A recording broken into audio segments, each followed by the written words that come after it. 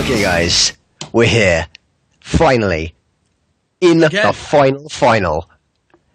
Spawning in the top right-hand corner, in the blue, from Root Gaming, it is the Protoss player Minigun, fighting for his chance to make it through to the round of 16.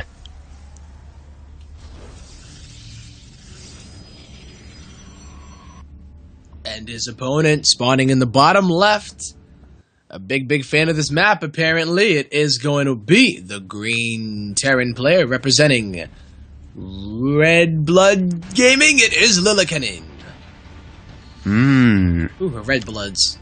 Yeah, Red Blood's not that well known of a team, but they're one that I've run into a couple of times before. I know a couple of guys involved with Red Bloods, and actually I know both of their casters pretty well, and they're good people.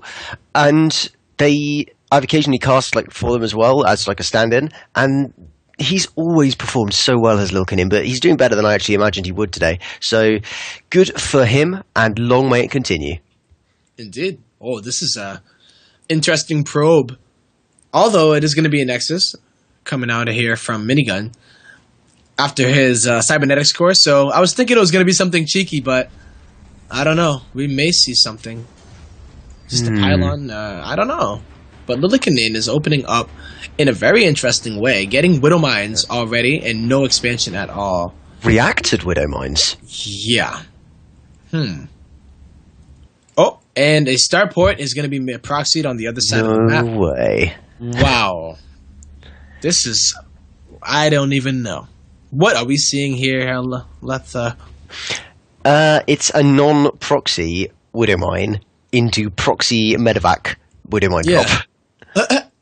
That is unusual to say the least. And this Marine is scouting Minigun's probe. He sees it in the back of the natural. Minigun sees there is no expansion as yet, but it doesn't get a chance to peek up on the high ground and see if it was up there. And most critically, didn't see the Widow Mines at all. It didn't at all, yeah, you're right. And a medevac will be coming out here, and 2 Hellions to follow it up. Very aggressive opener coming out of Lillekanin. And Minigun opening up with the very standard Robo once more. Fast expand into Robo. And we'll see. Will he be able to hold this? He does have the robotics, so he's going to be able to get the Observer out. But it's going to be all about the actual units that he's going to need in order to defend against such an early aggression. Yeah, this is going to be scary. I'm surprised to see the transition towards Hellions, though, out away from the Widows. We saw the double Widows, and then suddenly Hellions. Hellion drops is more conventional, certainly. But yeah. He's not even going for drops. He's getting the tech lab on the starport. No, he got one medevac, so he's going to go into the main, maybe force a photon overcharge or force the probes to go to the natural, and then run in with the Hellions after the probes go to the natural. So, or maybe even the opposite, because he's just going in. Here it comes. Uh-oh. And Minigun, what's your reaction? Minigun is reacting. Oh! Nice the split there! Oh, no, though. Wow, 10 workers killed. Oh. This is basically what this is the thing that really gets me in this matchup. Yeah. This is the thing that makes, I think, all Protoss players most upset, just in general. But luckily for Minigun, he does have that. Nexus, he can start to really reproduce those probes. He's still ahead, but Lillekanin is going to drop his expansion of his own and follow it up with the Cloak Banshee. So that may be something that Minigun is not expecting. And does he have... He has 2 observers out, so... Cloak Banshee shouldn't be too much of a threat, but it's more so the anti-air. Yeah, and going for Widow Mines kind of forces someone into forces a Protoss into making observers. So then following it up with Cloak Banshee is kind of counterintuitive and therefore a good bad decision. It's a bad decision because obviously they have the detection ready, but it's a good decision because it's absolutely the last thing anyone would expect. There is no way that Minigun thinks that Banshees are coming at this point in time, and that's... I mean, he's drifting the mothership core up. He's thinking about it. Here he comes. Here he comes. And one more energy, and here comes the energy for the photon overcharge, but he doesn't want to be too hesitant. Oh my god! Oh! How many workers? 14 in total. But that's an addition, of course. This is a really odd reaction coming out of Minigun. It felt quite slow. Yeah. It was. Maybe he is getting a bit tired as well. But then Lillekanin, of course, is playing from Denmark, I believe, so he's even earlier. 3:30 in the morning, he was saying. He was telling the casters to get some stamina like him in the chat, in the break, which was appreciated. It was fine. The guy is technically correct, so that's okay. But yeah, Mothership Core plops down that Nexus cannon, and the Stalkers will chase away the Banshee. This is just really annoying, though. And there's another one going in natural. And just constantly going in and out, and the Banshee going to go ahead and get a few more kills. There's really nothing here except for the sentries. And the Stalkers are going to go ahead and try. If he gets that, he gets the cannon. The Lillekanin. Bam! Going it. Lillekanin Hunters. Not enough, just not right there. Minigun needs to. I think he wants to put that down again because you really do want to have that cannon, and there is one going down in the main already. He's building them now. He's got this. Yep, and he's going once again into that mech. Double factory being dropped once again, and the siege tanks are in production.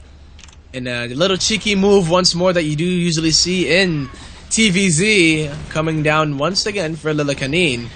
Minigun in an awkward position once more, and he even has a lot more harassment inside of his main with the Banshee too. But it's actually shooting a pylon, so... Lillekanin has been so good with his harassment all the way through tonight. He's been exploiting these little areas that people don't think of, taking multi-pronged drops, generally just being so smart. And Minigun actually trapped some of his probes inside with that cannon. I think I just noticed, but they all died. Yeah, he can't actually mine from there, really, can he? So it's starting to look pretty grim for Minigun, you know. 35 SCVs, 35 army supply to the 22, and he is just supposed to be holding on, but he's nothing he can do about that. Once again, he has to go ahead and kill these rocks, but how long is that going to take? So many Banshees being produced as well. There's 3 already on the map and a 4th in production. Incredibly annoying for Minigun to have to deal with, especially since his production is being harassed in the way that it is. Yeah. I don't know what Minigun's going to do from here. The supply is really starting to skyrocket in Lillekanin's favor. He is just doing so much with the siege tank. 12 kills, 13 kills already. It's just the attention that you must use, and just splitting the attention of Minigun so much. Even going for the forge, just going for the upgrades. Doesn't even care about workers anymore at the main. Yeah, he's just doing his best to get through it, and it's actually producing a Dark Shrine in the main. Wow. Gee, oh my god, Lillekanin.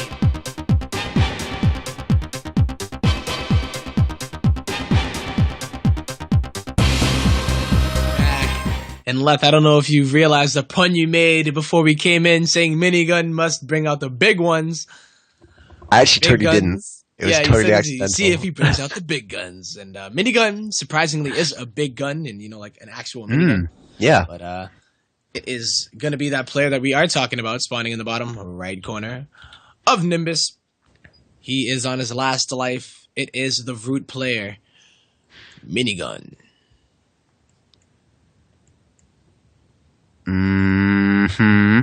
And his opponent, just one more win away from advancement and glory. In the top right-hand corner, in the green, from Red Bloods, it's the Danish Terran Lillekanin.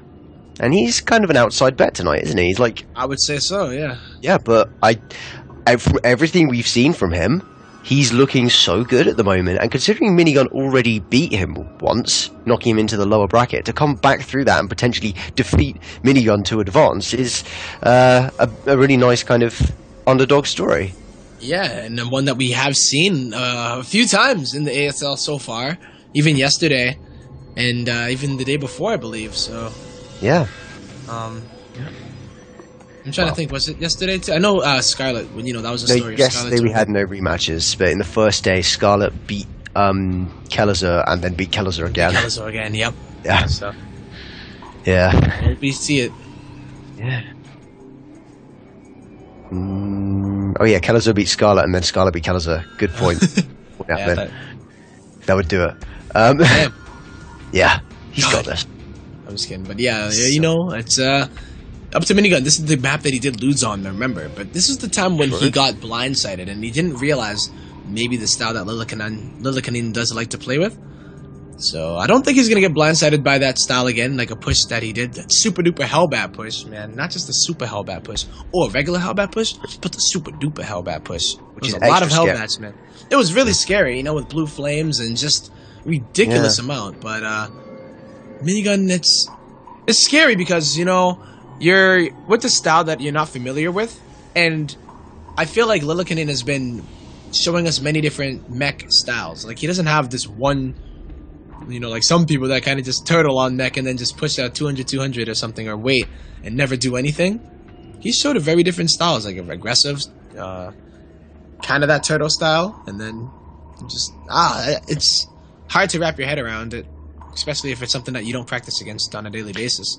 Yeah, exactly. It has seemed a little bit like Minigun was struggling in the last game, at least, but perhaps this one he's got something up his sleeve. He certainly opened up a little bit differently to how he's been doing before. In all previous games, he's done a gateway expand. In this game, actually went for, I believe, a gateway nexus. Okay. Yeah. And he's going to Stargate as well.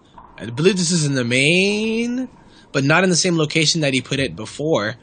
Mothership Core, once again, getting some of that damage done. Will he get any kills is the question. No. Not this time, it seems not. But this is Minigun's map choice. So, let's see whether he continues. No, he's going to take it home. I was thinking he might keep that out there and try and do some more damage. But even the Zealot coming home now, and in general, Lillekanin basically being allowed to do what he likes, which is get that second factory and try and do something with it. Yeah, I'm wondering what we will see here. Haven't seen any add-ons on any of the buildings except for the barracks, which is probably not going to get that much use out in this game, as we do see him preferring the factories and the starports for the most part. So the tech lab will go down on that factory, and maybe we'll see a reactor on the other one, or who knows? You know, we haven't really been able to decipher Lillekanin, especially saying like, oh yeah, this is what he's going to do, and this is predictable. He's very unpredictable, I think, but we know that he does love his factories, and we'll predict that at least. And Minigun going for that Phoenix style again. This is maybe this is just what he does on Nimbus, but maybe I really hope it's more successful this time, because I will show shameless bias towards anyone who goes Phoenix Colossus. Yeah, I wonder if we will see Phoenix Colossus, or we will still see that Phoenix Templar. Because I mean, this time you got the robotics facility afterwards, so you know it's a little different. Last time you did see the Twilight. There's an Oracle just kind of bouncing back and forth in the corner of the map, and I'm not really sure why. I understand why the Phoenixes are out there, because they're drop defense and anti-Banshee defense, pretty realistically. But maybe they're just hovering there for the moment until Minigun gets up a good amount of them. Yeah, he's even got his units in the mineral line. He's so on the defensive. I think he's waiting for the Widow Mine drop too, because if it does get to the point where when it can burrow, he can use the Oracle to go and do the detection and then lift them up with the Phoenix and kill them. But Lillekanin, is he even doing that? That doesn't look like it. There is no medevac. Lillekanin grabbing a Raven from the starport and just making a bunch of Hellions and a siege tank for defense. And he's even made any Widow Mines. He has 3 Widow Mines. Don't know where he put them. He always has some. They're in the mineral lines in case of Oracle. Ah, okay. So they're both kind of defensive against each other in case they do some kind of crazy. I think they're both expecting it. They're both thinking that the other one's going to do something really aggressive. Lillekanin, because it's what I think Minigun. Well, it's what I thought Minigun would do, certainly. And that skeptical scan right there. Yeah. Oh, he sees the Stargate. Did he? Oh, yeah. Okay. So I wasn't able to hide that. He revealed the robo what did. But whoa. Got some aggression coming out of Minigun. We see a bunch of gateways, and hey, this could be pretty devastating. We'll see exactly how it is, because Lillekanin is doing what he usually does, but I don't even know, actually. It's going to be weird. He's going to probably use the Phoenix to lift up the siege tanks in order to maybe do some really, really heavy gateway attack. Yeah, I mean, he's making a couple of Immortals, which obviously hit extremely hard and are good for busting through Terran fronts, and good at dealing with tanks. And on the note of tanks, that's going to be the real obstacle in getting up there, because Lillekanin has 3 tanks already and a 4th in production, and Minigun hasn't even moved out yet. But he is on 60 probes, and I was wondering if he was going to expand, but maybe just cut probes for now. He's got to expand. He's got 60. So Yeah, he's even getting ready to do it now. So I guess this. I can only think of these gateways as how Huck described them before. When you make your gateways before you expand instead of afterwards, which is obviously less efficient, they're North Korea gateways in that they're purely for defense. Purely for defense. yeah. And that's how Huck described them, and now I can only think of them as that. You know what? Yeah, that makes sense though. Yeah. And he's going for it. Yep, he's just going. Maybe. Sending Hellion this Phoenix is down. looking. It's so weird to see. The fact that he made that many probes means that he is not going fully all in. It's not going to be some timing attack that just needs to win specifically with just the push. Lillekanin is in a ridiculously defensive position himself. Yeah, those Phoenixes, neither player has really made an attack since that Mothership core didn't kill anything. Mm-hmm. That Hellion didn't kill anything. Nope. He's just trying to... This one here is trying to scout to see the third timing. But yeah, like you were saying, the Hellion that did go into the natural didn't do anything either, and that prompted the scan to see if Minigun was hiding something. But I just feel like they both don't really know what they're doing. I mean, these Phoenixes don't even know what they're doing. They're just like flying in circles, I don't know where to go. But now they figured it out.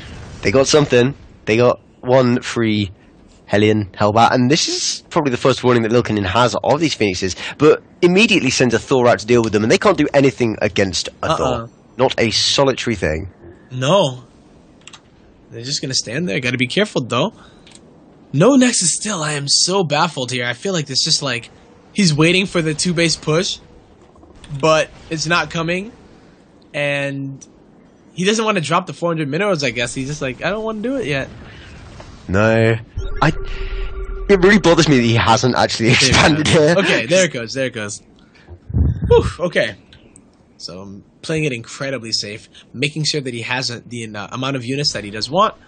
And as soon as he takes a third, here goes Lillekanin with the push out, getting the Ghost one more, getting the bio. He even has some Vikings that can try to deal with the Phoenixes, but there's a decent amount of them out. And Thors should be able to be okay as well. And Storm is done, I assume? Yeah, Storm is done here, man. I actually think these Phoenixes might be kind of like... Part of it is to tank damage from Thors, and part of it is to lift up critical units. And yet another part of it is to force a massive Viking response that's almost completely unnecessary. Mm-hmm. Yeah. And that's working. At least that last bit is definitely working. There's a lot more Vikings than I really need. There's 6 Vikings and more in production to deal with 4 Phoenixes? 3 Phoenixes? Oh, yeah. And there's not even a Colossi at all, so it's not like they can get their value after the Phoenixes are dead. He's just going to go ahead. He has Storm. Oh, can he get the pickups on the siege tanks too, though? Those are here. Even Phoenixes have energy too, so you got to be careful there. Yeah. I actually think the Ghost is a really decent counter to Phoenix Immortal compositions because it shuts down the Immortal's unique advantage, the Phoenix's ability to hit ground in the first place, and if there's High Templar mixed in, just add to the mix the things that EMP can just negate. Yeah. This time, though, the Ghosts do not have that cloak ability, so gotta keep that in mind as well. But, I mean, Minigun does have 2 observers with him. However, yeah. Well, behind this posturing out towards the front, he has taken his third base, getting that established, and is going to be able to macro it up. And unlike the style we saw previously with the Banshees for harassment, this is a much more immobile style out of Lillekanin. So he's much less able to kind of do the drops, do the harassment, and keep Minigun on his toes than he was in the previous game. Yeah, it's so scary. They're dancing around each other, and rightfully so, as Minigun sees an opportunity, and he's going in. Lillekanin loves the scans. He needs to always know the positioning of his opponent. Yeah, the guy just scans constantly. How many commands does he have? Oh, big storm going down over there. Yep. Really nice. Popping the Guardian Shield. He intends to engage there, but that's a surround for Lillekanin. The storms look good, but I'm not sure if this is going to be enough. With a returning flank around the other side, and most of the storms having been used on a smaller portion of the army, nice ones going down on the Hellions. They're good feedbacks too, but there's no more storms left. No, there's not. And Lillekanin has an overwhelming, not overwhelming, but a very high army supply, and those Immortals don't do anything against the Hellbats. Zealots are going to try to charge into them. I don't know. I didn't mean they hit anything. super hard. Yeah, they don't do any extra damage to the Hellbats. No. He can kite them. He can kite them, and it is going to. The Vikings are here. Yeah. That was tear through the Immortals' Hardened Shield. It doesn't even do anything. The Hardened Shield can, but look at the bank of Minigun right now. It's pretty big. I was not expecting it to be this big. I think he was not knowing what to do. What he wants to replenish it. I kind of feel like he was too focused on the engagement and might have had a bit of tunnel vision going on during that, because that's a lot of money to not be spending. Yeah. He's just now adding gateways. This is a panic gateways, realizing that, wait a minute, I have 3K minerals. Yeah, and gas. Oh my goodness. Take note, Gold League players, it can happen to even the best. Indeed, right? Yeah. Lillekanin is spending all of his money mining off of 3 bases now, but he's going to go on home, it looks like. Does have the vision on him from that Oracle. Oh my god, though. Minigun, once he spends that money, it will be much better for him, because he can have a very scary force on the board. But, that was a scary moment. Like, imagine if Lillekanin just said, I'm going to go in, and didn't realize that Minigun did not have those gateways. Yeah. Would have been scary.